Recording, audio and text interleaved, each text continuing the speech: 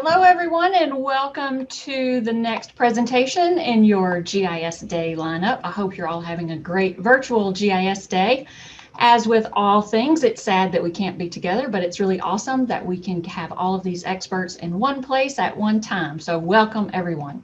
My name is Buffy Quinn. I am on the faculty at Onondaga Community College in Syracuse, New York. I am hosting and moderating today's session. Wanted to first tell you a little bit about the Geotech Center that's hosting today's event.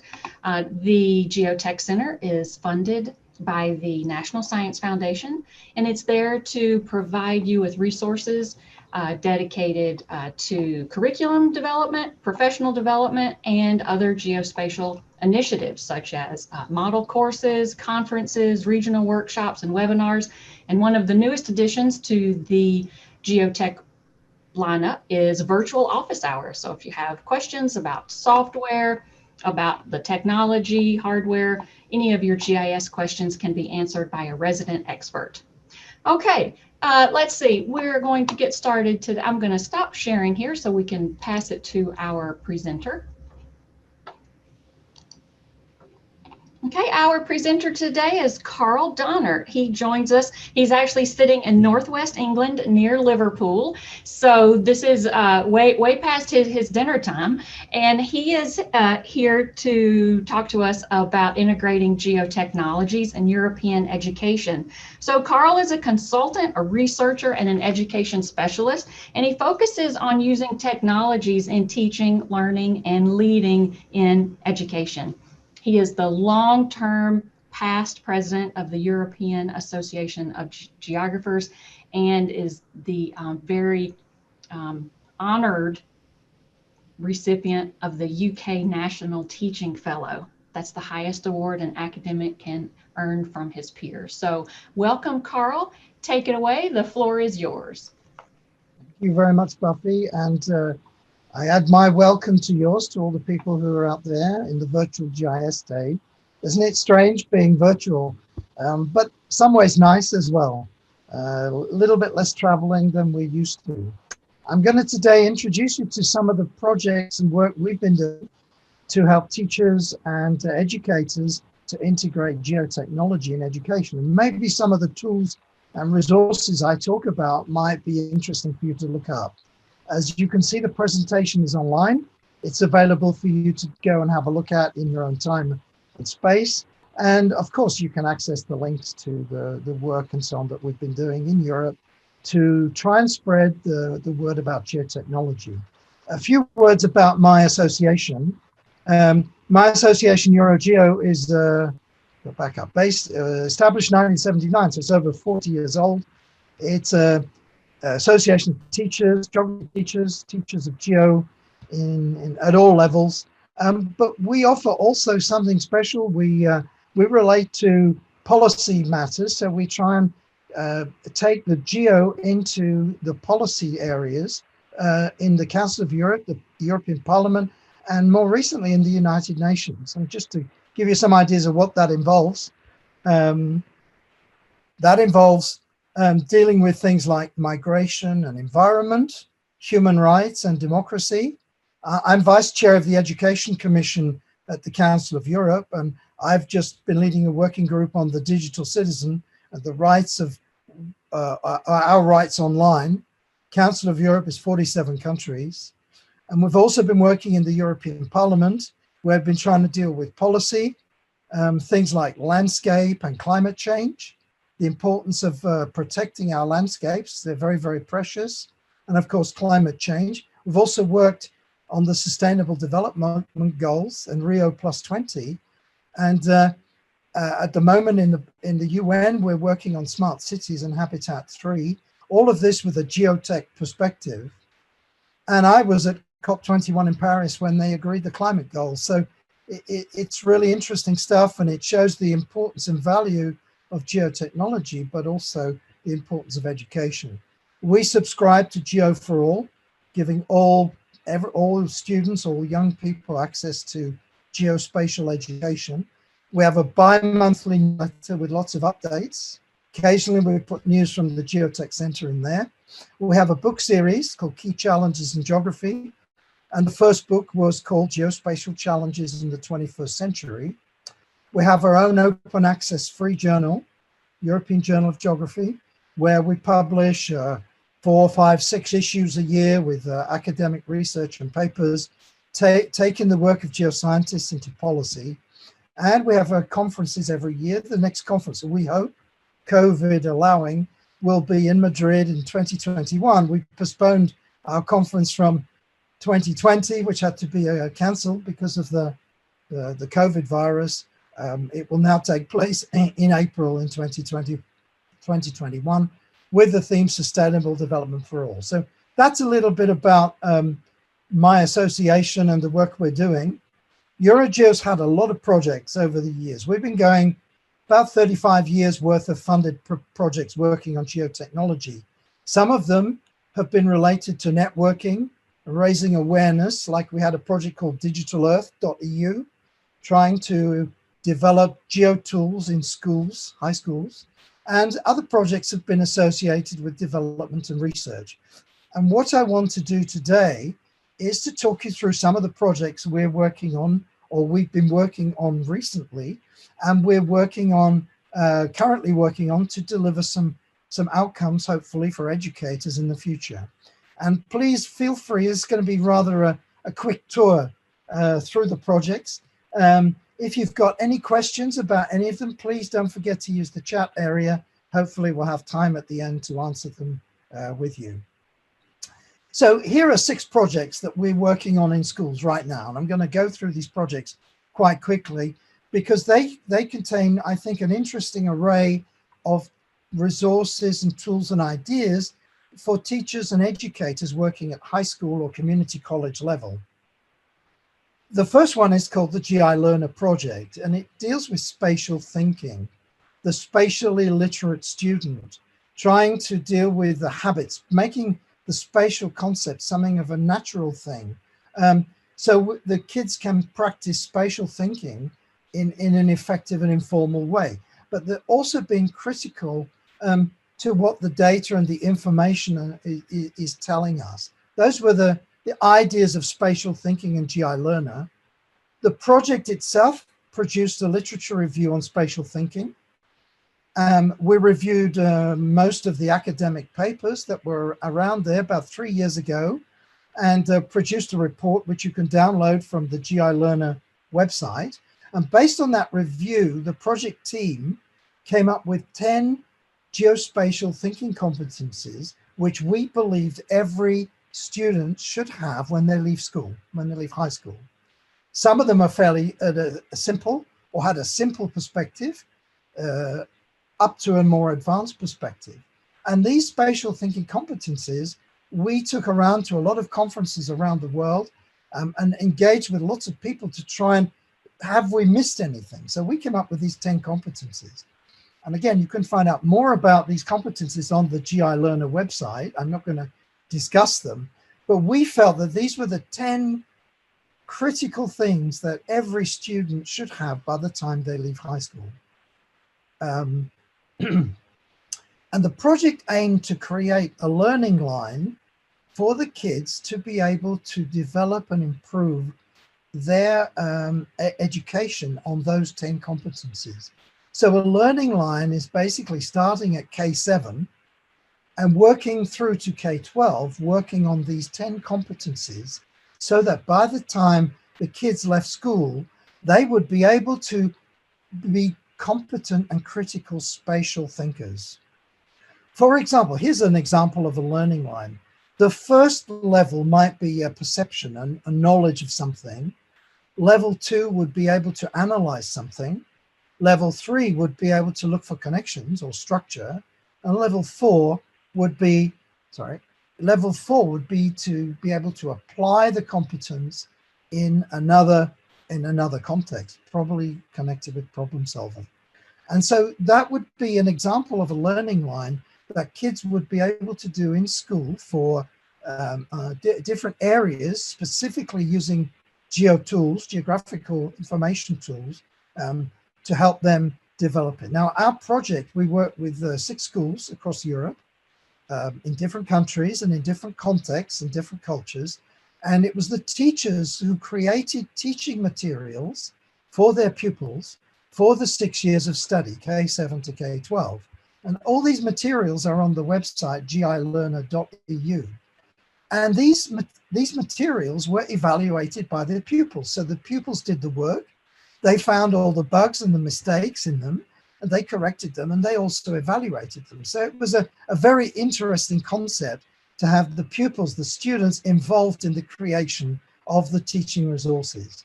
And those resources were produced. They're very interesting. There are things on development, there are things on climate change, there are things on physical geography, things on tourism and so on.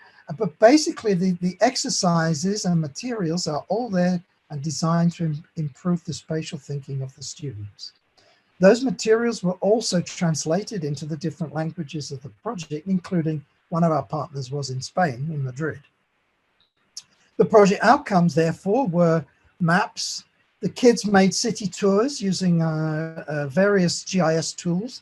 They created story maps, and they produced a self-evaluation tool. So they self-evaluated their progress and saw over time on the 10 competencies whether they had been successful and improved their ability to do those various competencies.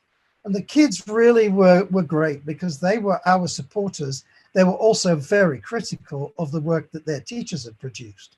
So here's an example of the final outcomes of one of the students there. The project gave me an opportunity to get in contact with peers from other countries, which I liked a lot.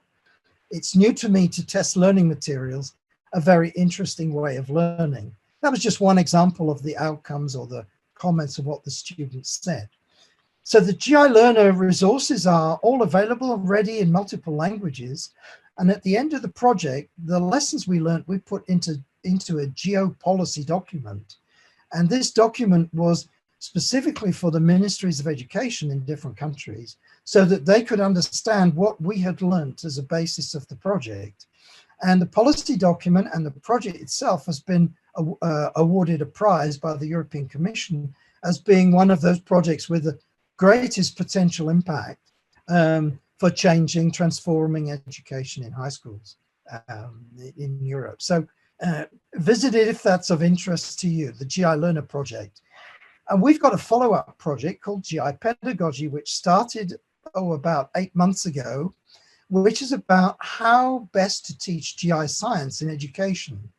It's more or less the same project teams, but we've been looking at what are the most innovative pedagogical approaches which we could use to try to improve the quality of teaching with GIS and how to embed GIS into their geography teaching.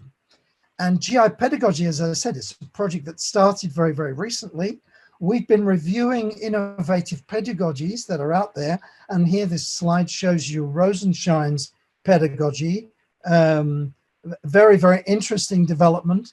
The GI Pedagogy itself, we've done a review of pedagogies, as we say, and trying to apply the principles of innovative pedagogy into teaching with GIS in the classroom. And the reason for this is the tools are really good. The materials that are available are accessible. We don't have problems with software anymore. And yet most teachers don't use GIS in schools. And they still find it very difficult to apply. And I know the Geotech Center is doing a great job in the US, but in Europe, we don't have that sort of a resource and support there. So we're trying to break down why is it we think that teachers are reluctant to use GIS in schools. And part of that may be because the pedagogies aren't developed well enough.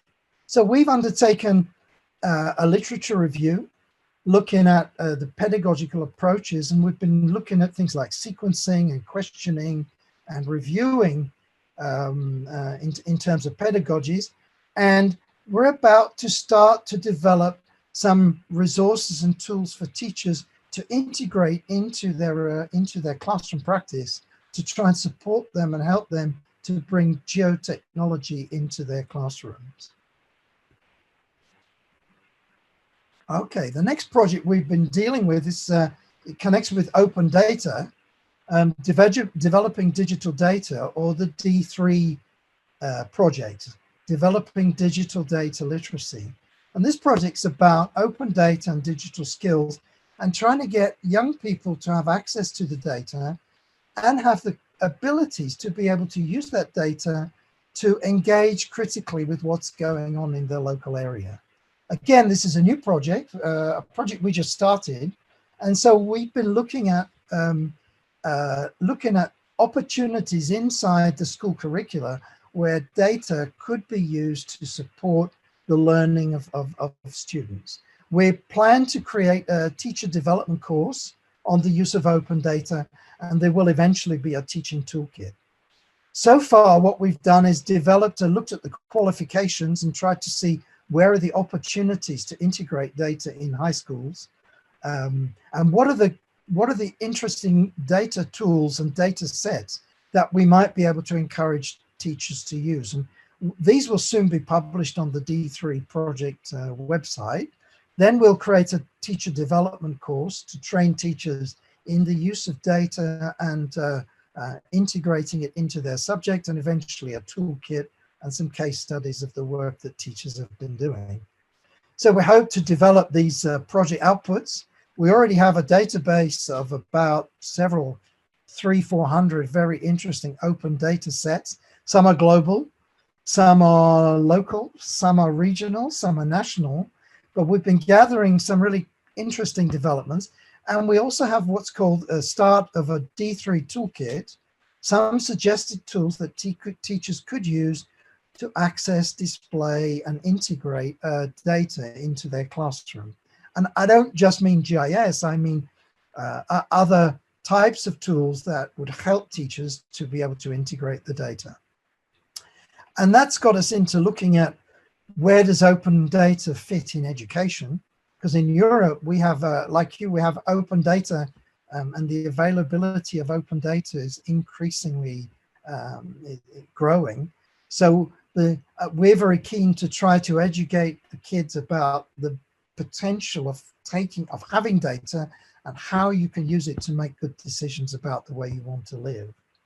So we've been looking at frameworks for teaching with open data, and we've only found one, and that's this one, Coughlin's study in 2019, who looks at the use of open data in teaching and learning.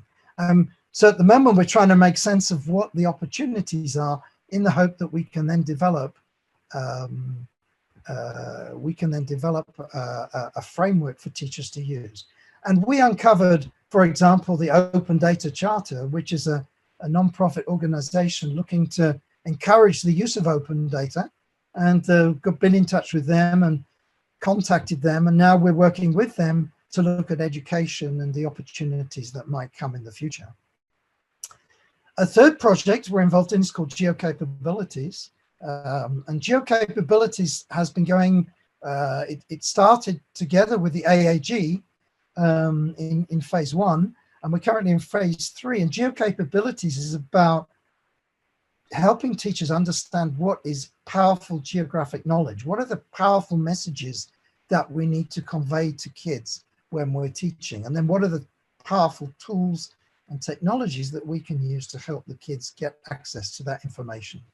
And as part of that, we've been working with teachers using story maps, for example, and the teachers have been creating vignettes of their understanding of what this powerful data means. And if you visit the Geocapabilities website, you can find the work of the teachers that we've been showcasing there on that website. Particularly, the most current phase of Geocapabilities deals with the teaching of migration, one of the most challenging subjects, perhaps, that teachers get to have to teach.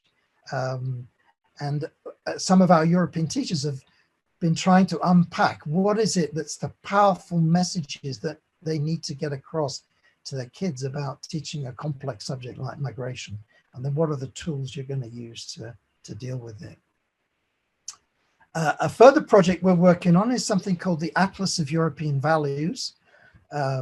European values like family life and religion and the cultural aspects and so on, what we feel about the world. There's a a research study called the European Value Study that is done every 10 years.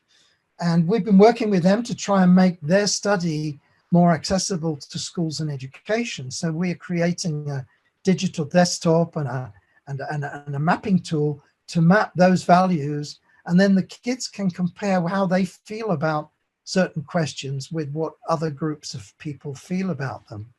And so it's a really interesting mapping tool that we hope will add some substance and some interest to classrooms across Europe. So that's another project where we've been developing some tools for teachers. At the moment, the latest version of the Atlas isn't available yet, but it will be in the new year. We're working on it at the moment. And there you've got data, hundreds of thousands of pieces of data, which we are making openly available and accessible for teachers to use in the classroom. Because the need for us to be able, and kids to be able to access geoinformation and the huge volumes of data and media that are out there is really one of the themes that we've been focusing on. And we worked on this project called Education for Spatial Citizenship about 10 years ago, because we saw that there was a difference in the type of data and information that we were being fed on the news, on the television, on the internet. The information was changing. Most of it had a geospatial or geographic perspective. So we use the term geomedia to look at that transformative principle where people can take hold of the information and take control of the way they want to be and the way they want to behave as citizens. So we believed at that time, about 10 years ago, that the kids in classrooms needed to have new media competencies in order to work out for themselves what might be fake news and to be critical about the volume of huge volumes of data and information that were becoming available to them. So all those projects I've spoken about very quickly, are all school projects, high school, K7 to K12 mostly. We've also been working in universities, and here this is a project we're working on right now. It's a university project, which I suppose would fit into your college system, and it's about developing courses on geotools for modernization and employment. And in fact, the objectives of the project is to modernize the teaching of GIS in higher education to improve the employability of students. And there are two MOOCs live now online. My GeoMOOCs, one for students, these are both free, one for university students, college students, and the second one is for teachers in university. And the teachers one only started yesterday, so you can still sign up if this is of interest to you. And it's about the range of geotools that could be available to you for teaching in college, and linking it to employability of students. And as part of the project, they've created a GeoNode, a place to share data, geodata, for employability, where students can also share their data that they've created or knowledge that they've produced as a result of their working on the geotechnology. And through this GeoNode, we hope to identify the uses of GIS in different employment sectors and its applicability over time. That's the GeoNode and MyGeo. So the MyGeo project is about youth employment and getting young people, once they finish college, to get into employment. Another project we're working on at the moment is called the Human Project. It's on digital humanities in universities, the rise of digital humanities and trying to understand the impact that this type of education is having in higher education. It's a very new project. We only started about 3 months ago on this. I have colleagues working on this, and we've been undertaking a review of some of the digital humanities courses and some of the latest research in this area. And ultimately, this project will produce a handbook for university teachers, a training strategy for universities, and a knowledge place as well, where information can be shared. Okay, we'll move on to another project, the Seed Project. Seed Project is about digital farming, smart farming. And we've got involved in creating a qualification for uh, vocational training of farming and in agriculture. And so it's about drones and technology. It's about technology on the tractors and farmers being able to understand how best to improve the efficiency of what they're doing. And it came about because of a study that was conducted by Cisco, which showed that there was a real need that professionals working in different parts of the agri-food supply chain needing to digitize and modernize the processes that they were involved in. And as a result, the big result from that report was the need to improve education and vocational education in the agri-food business. And that's where our project came from. It includes 4 countries, 7 partners. The project ultimately, in fact, we're just concluding this project, has created a qualification profile for a new vocation, a new employment characteristic of the agri-food business. We have undertaken analysis of qualifications that existed in the 4 countries. The 4 countries represented there by the 4 bubbles on the left-hand side. As a result of that, an analysis has been done of all the qualifications, and then we've proposed a new qualifications profile. It's what was called EQF5. It's the stage between school and university. So it's the year after leaving high school. And we analyzed all the formal and non-formal qualifications that were available in the 4 countries, and not just in agriculture, but anything that was related to agriculture. In all, 287 different existing courses were analyzed and the main agricultural domains that they were in. There was forestry, crop farming, fisheries, livestock production, and so on. And we did some desk research to analyze those. And we looked at the value chain processes in the agri-food business and tried to identify where the strengths were in the courses and where the weaknesses were. And as a result of that, we looked at the domains, the digital domains that were involved in these courses. So in some cases, it would be digital marketing. In other cases, it would be automation. Sometimes it was be gathering data using drones, for example, or satellite imagery, and so on. And then we produced some country profiles for the 4 countries, which can all be found on the Seed Project website for these qualifications. And as a result of all that, we created, our main findings were that digital knowledge was not included in any specific professional profile. There was a real gap. There was an absence of strategic thinking in terms of the qualifications that smart agricultural people would need. And there was very little on entrepreneurship and entrepreneurial challenge. People prepared to take a risk in order to transform the landscape, in order to transform the farming business that they were involved in. So we identified 2 qualifications: a digital farming agent, the person who would be a consultant who would specialize and be able to advise farmers of how they can digitalize their industry, and the networking agent playing a connecting role between supply and demand of digital applications. And as a result of that, we've created a qualification structure. We've seen it as a real gap in Europe. These people don't exist. And so we've created a qualification structure which was launched last week. We had a big vocational skills week last week in Europe, and we launched the structure last week. And now we're looking to take it further by getting some colleges to take on board the new structure and try out the new qualifications through these core units of agribusiness, the digital needs and innovation. And in these domains, precision agriculture, sustainable planning, the value and added services to agri-food, and of course, digital marketing and e-commerce. So the SEEK project's a really interesting project. It really targets a specific employment profile, and it's attracted a lot of interest in our area. So I'm almost ready to finish. I'm going to summarize. That was really a whistle-stop tour through some of the 15 projects we're involved in at the moment.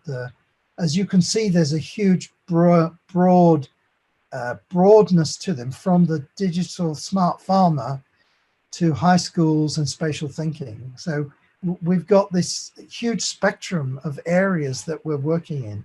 The one thing that's common has been the rise of cloud computing and the ability to do things anytime, anywhere, any place, in the field, outside, inside, wherever you want, to be able to connect at any time. That's been a real game changer in terms of education, using cloud-based apps and cloud mapping and data gathering and so on has made a real change. And that gives huge opportunities for teachers to be very, very innovative and to create opportunities for citizen science, for the kids to go out and collect information, for the kids to go out and be able to explore. Goodness, we need that in times of lockdown and COVID times, to get the kids out of doors and get them looking at our world around us.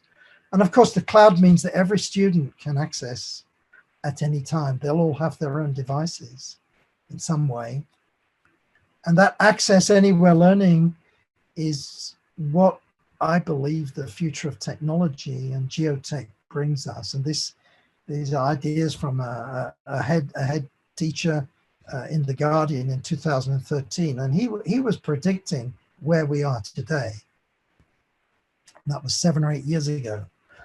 But what we feel in Europe, that a framework is needed for teachers and educators to thrive, because the cloud-based education environment is there, the geotech environment exists, but teachers need a framework. And that's why we've got so involved in trying to deal with different projects to try and access different groups and get different sectors of education, universities, high schools, even working with adults, to try to engage them in the importance of geotech and where we are. And really our message is that we're all communicating geography, and I know exactly this is precisely what the Geotech Center does. And in conclusion, there's this common message of geography and geo. The long-term commitment, our projects go back 30 years. I was working it out. Eurogeo's been involved in geotech projects and trying to be innovative for the last 30 years. Our research and project development still carries on, and we're doing more and more projects than we ever did before. We've had some support from the geo industry and geo business, I'm glad to say. We're linking it to policy making. We're trying to get at the ministries, the people responsible for making decisions about education and about other topics, as I mentioned at the beginning. And if we don't do it, who else is going to do it? So I'm delighted that Eurogeo's been involved in all these projects and developments over the years. We've learned so much, and there's still a long way to go. And I think I'm going to finish there. And I hope it'd be very interesting to look at your questions and see how you, what you've been saying, and whether you've got any questions or comments or thoughts to share with me. Thank you, Carl. That was fantastic. I do have a few questions and comments for you.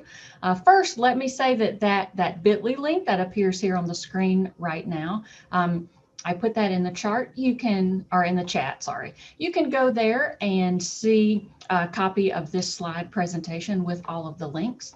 A recorded version of this presentation will also be on the Geotech website. And Carl, don't stop sharing your screen, because we have a request. Can you show the slide with the 10 concepts? Oh yeah, but I'll go and find it.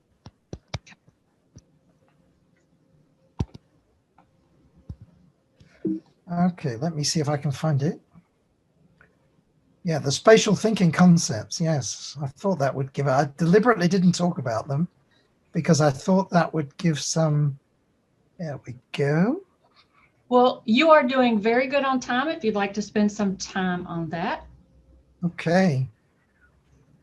Okay, it's a question about these 10 concepts. Well, um, we worked with a group of about 10 teachers in different countries, and we were trying to work out, following an intensive review of literature, trying to work out what are the key things that all kids ought to be able to do in terms of spatial thinking. And we read a lot of fabulous papers and academic articles and teaching materials, all sorts of things on spatial thinking, because it was one of the big breakthroughs, I think, with Geo, was the learning to think spatially publication in the US.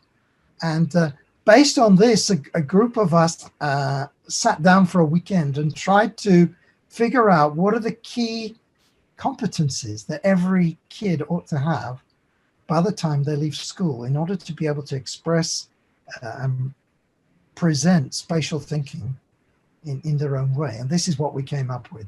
They're not in any order. There's no hierarchy.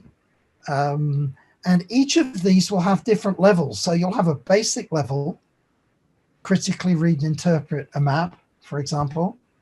And they'll have a more advanced level and then a very advanced level. Within the teaching materials, we've expressed these competencies within the teaching materials that the teachers produced. So a kid who's 14 years old would not be expected to be very advanced on, for example, using available geoinformation interfaces. They may have come across one or two, but not to any great depth. But over the course of their 6 years of study in high school, we would hope that they will revisit GI interfaces and will begin to use more advanced features of those GI interfaces as they go along. And those would be the competencies. So there are 10 competencies, but there are also 3 levels of ability.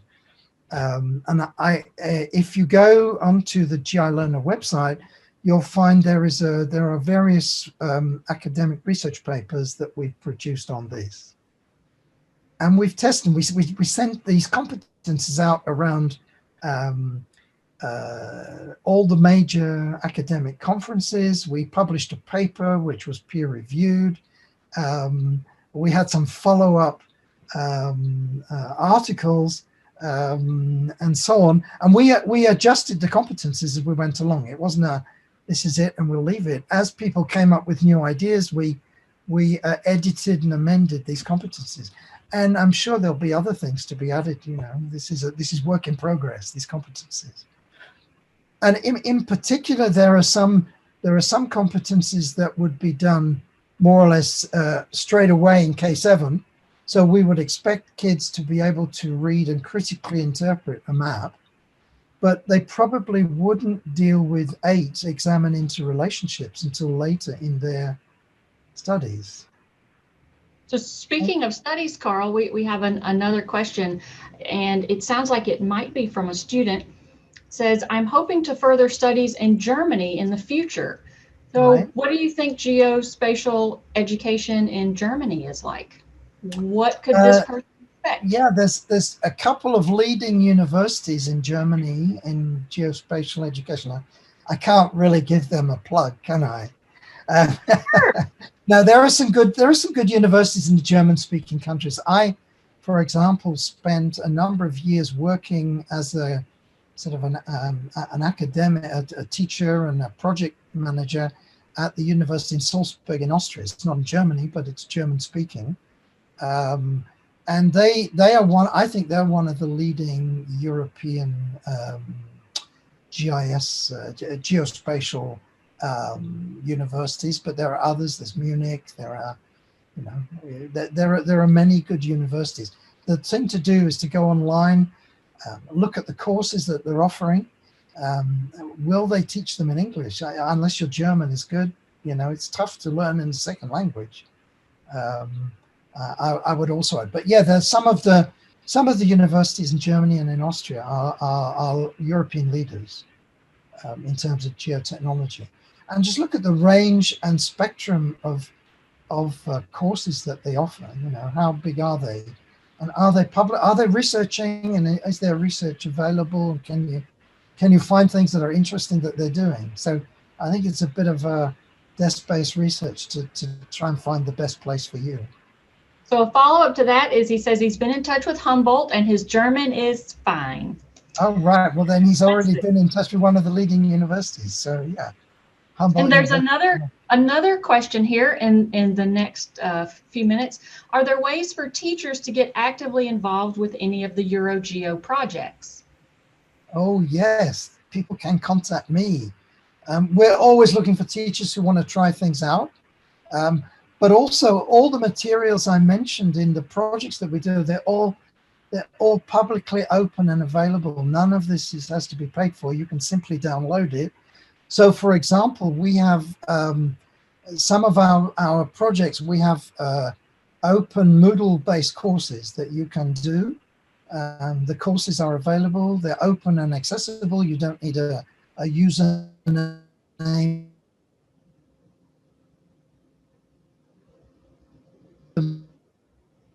Example, if I talk about the GI Learner project with this award from the European Commission as being a really interesting project, all the materials there, they're materials for use directly in the classroom.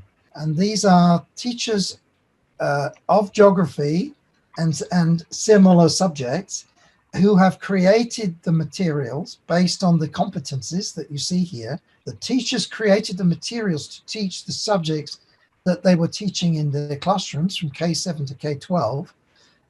And then the pupils they taught evaluated the materials. I think that's really quite unique. And it really, the teachers were incredible. The pupils were amazing. And at the end of it, we had a big meetup because as part of the grant, we got the pupils in the classes who were the guinea pigs all came to Madrid to spend a week together and to practice and show one another the geo skills, the spatial thinking skills, and the things that they'd done. And they created guided tours of the city for people and so on. So it was really cool. They made an app on the phone and so on. And here you're talking about, the kids had done 3 years of study,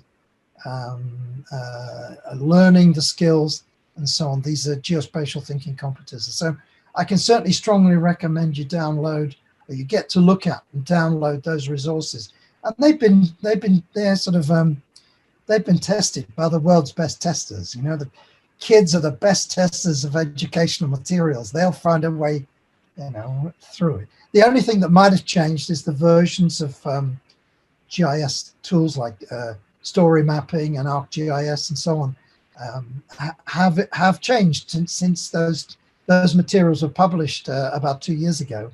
And of course, the software gets updated and the online tools get updated a bit, but basically the principles are the same. And I think they're really good. I mean, it wasn't made by me. It was made by or colleagues like me in the project. It was made by the teachers we work with, and they're really amazing things. So yeah, anyone can get in touch with me if they got anything specific to ask about any of the specific projects. Okay, that's great. I think so. James has asked if he should join the European Association of Geographers to help build that bridge with Germany. You had mentioned earlier that y'all are really completely shut down, so I imagine that might make it hard right now to get information. So, in what way? Sorry. James is asking if joining the European Association of Geographers might help build that bridge between studies here. If he's in Europe and he's a student, if he'd like to contact me, because there's also a European Student Association that we work with, and they have something like 15,000 members, and they're very, very active all over Europe, and we work with them. We also have a very low rates for students to come to our conference. So praying that we'll be able to travel in April 2021, our next conference will be in Madrid, and he can find out when it is, and he'll be able to register already and express his interest at coming to our conference in Madrid. We have 2 or 3 events a year at least. Sometimes we have workshops for teachers, but we also have meetings and conferences for teachers as well. So, you know, our aim is to try to spread Geo as far as we can and to as many people as we can.